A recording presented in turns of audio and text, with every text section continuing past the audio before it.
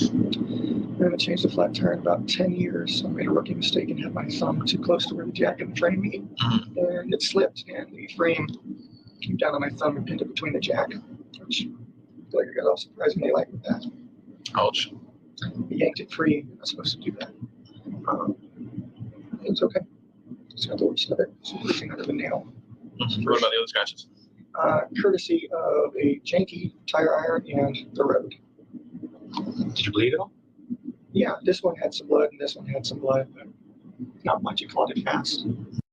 Now remember, he also had scratch marks on him and little tiny like scabs that you could tell happened from however many days ago once it starts to scab over. So, Emma Joy, you say flat tire. Can you use that in a sentence, sir? Right. Fragmented sentences. I was just reading that card. Pay attention to what he's doing and the verbiage he's using. And he uses the same thing over and over. Yeah, janky, Jen's a gypsy. He keeps using that word. And I have a feeling that's what he tries to be cool with. Because if you notice, he tries to be cool and the smartest person in the room. All right.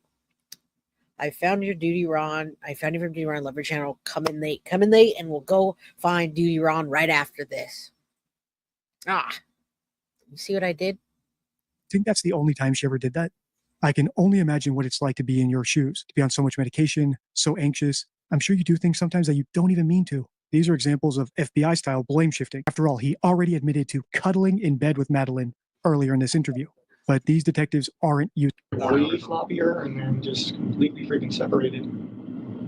Like how we had a spare and a jack. Jinky as it was. So typically when changing a tire and stuff, you tend to get brake dust and dirty and all that. Yeah. Did you happen to... Positive that I breathed in some freaking brake dust or tire dust or something because I was coughing the rest of the afternoon. What'd you end up doing to clean up or stop the bleeding and stuff? Nothing, actually. Just Get dirty. Wash my hands and that was it. Your clothes get all messed up and all, or? Not bad. Surprisingly.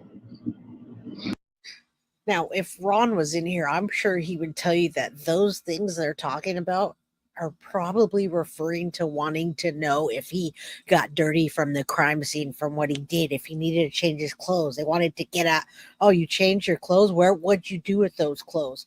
Are you dirty from changing the tire? No, I'm just dirty. He should have said that.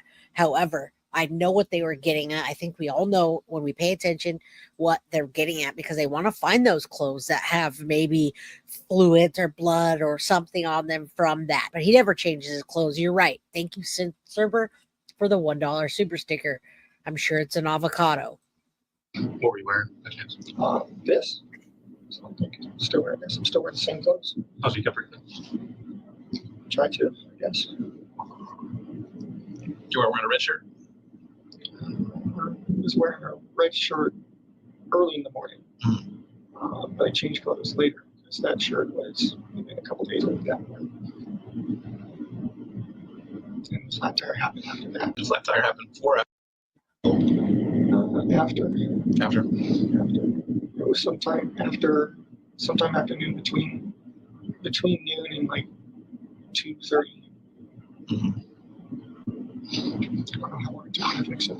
Did you change your shirt before or after going back to get the gate clicker? I don't recall. Maybe after. I can't. I'm so sorry. I was medicated. I've been medicated all week. My memory is just not as reliable as I'd like it. Hashtag I took my meds for you, Sid Serber. To be right now. I was in a fog and half asleep that morning as it was. Or on her own when you took her to school? Yes.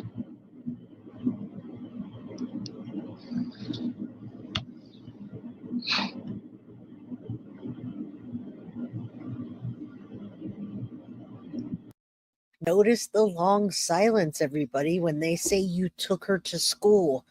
Very long silence, and you can see it on his face that he's thinking, he's brewing something up. It's too long of a pause. Right when they said you took her to school, he was thinking of what happened before, maybe when he was putting her in the car, how he took her out, put her in the trunk.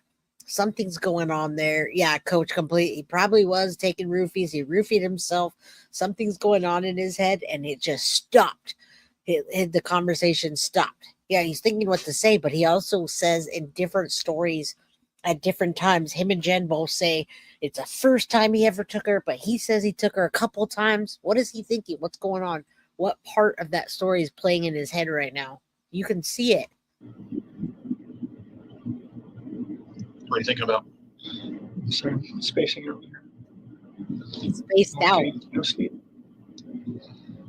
Who else has access to your car? Are you the only one that drives it? All my parents have access. But here in Kissimmee. Yeah, Kissimmee, I'm pretty much the only one with access to it. Pretty much.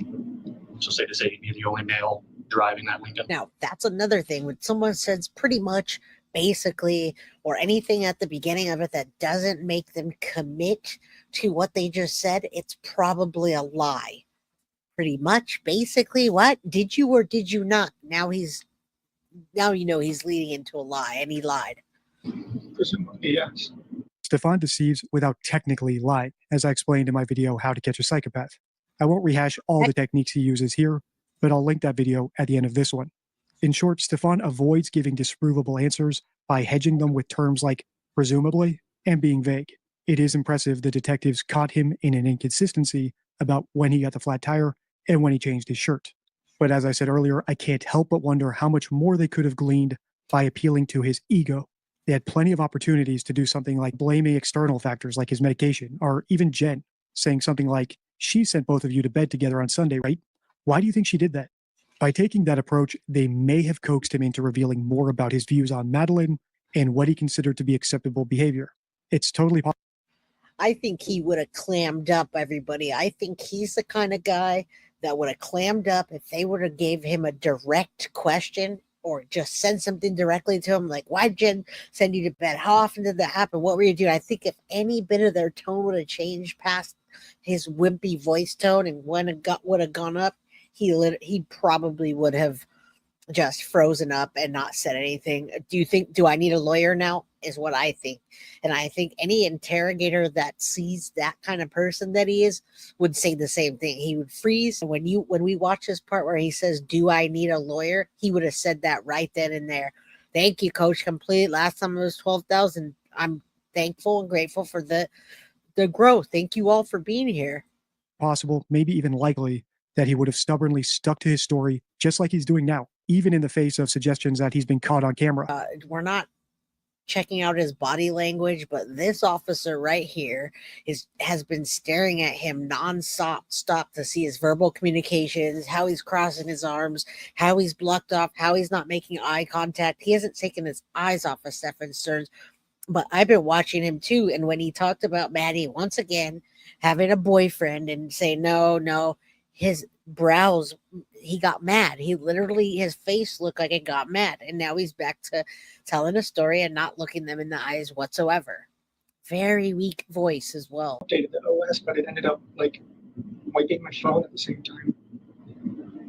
Even just now, the phone that my dad gave me and set up for me, I literally just pulled it out of my pocket and the sucker was reinitializing again. Mm-hmm. So I don't know if it's just me and technology right now or I'm just not paying attention or. Did that happen once to your phone or? All right,